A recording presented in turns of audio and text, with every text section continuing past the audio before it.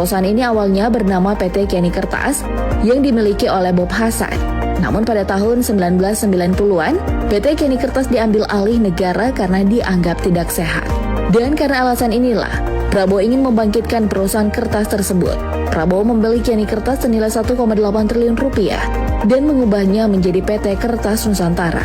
Di perusahaan itu, Prabowo menjabat sebagai Presiden Direktur dan Luhut Binsar Panjaitan menduduki kursi komisaris utama.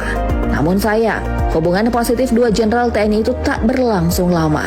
Kondisi perusahaan yang tak kunjung membaik membuat hubungan keduanya kembali merenggang.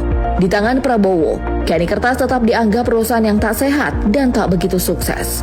Setelah bermain di industri kertas, Prabowo beralih ke sektor bisnis lain. Prabowo membangun perusahaan yang juga ada di Kalimantan, tepatnya di Brau, Kalimantan Timur. Perusahaan itu adalah PT Belantara Pusaka dengan luas area perkebunan 15.610 hektar dan punya hak pengelolaan sampai 2035.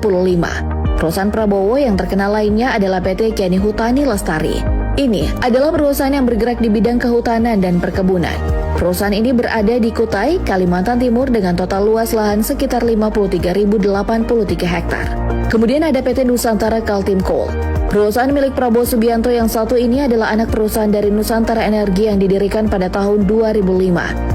PT Nusantara Kaltim Coal memiliki hak konsensi meliputi area pertambangan batu bara seluas 60.000 hektar di Kabupaten Kutai Timur, Provinsi Kalimantan Timur. Ada juga PT Jaladri Swadesi Nusantara. Perusahaan ini bergerak di bidang perseroan penangkapan ikan. Perusahaan ini berdiri pada September 2001. Perusahaan ini disebut punya sebuah armada laut senilai 10 juta dolar Amerika Serikat, The Pursuiner, dengan 1.331 berat GT dan panjang kurang lebih 70 meter. Operasi armada dimulai pada 2002 dan berhasil mencapai produksi 1.000 ton ikan tuna per bulan. Itu belum kita hitung dengan bisnis adiknya, Hashim Jojo Hadikusumo. Seperti yang sudah kita singgung tadi, Hashim Jojo Hadikusumo adalah sosok yang banyak mempengaruhi logika bisnis Prabowo. Hashim sendiri berbisnis lewat perusahaannya PT Arsari Group yang bergerak di sektor agribisnis, perkebunan, energi, pertambangan, dan bisnis lain yang berbasis sumber daya alam.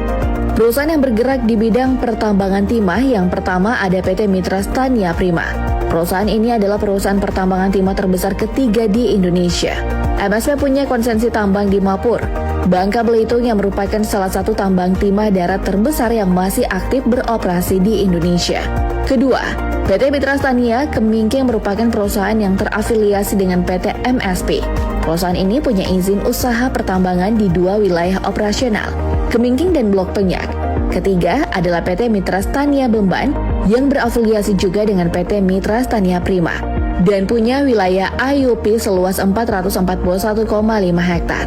Terakhir adalah PT Aiga Prima yang merupakan perusahaan afiliasi dari PT Arsari Tambang yang juga bergerak di bidang pertambangan timah terintegrasi di Kepulauan Bangka Belitung.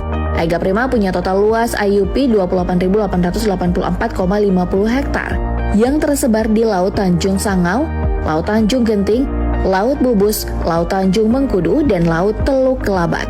Total 19 IUP yang dimilikinya. Berakhir masa aktifnya pada tahun 2025 hingga 2031. Yang terbaru didirikan PT Solder Andalan Indonesia.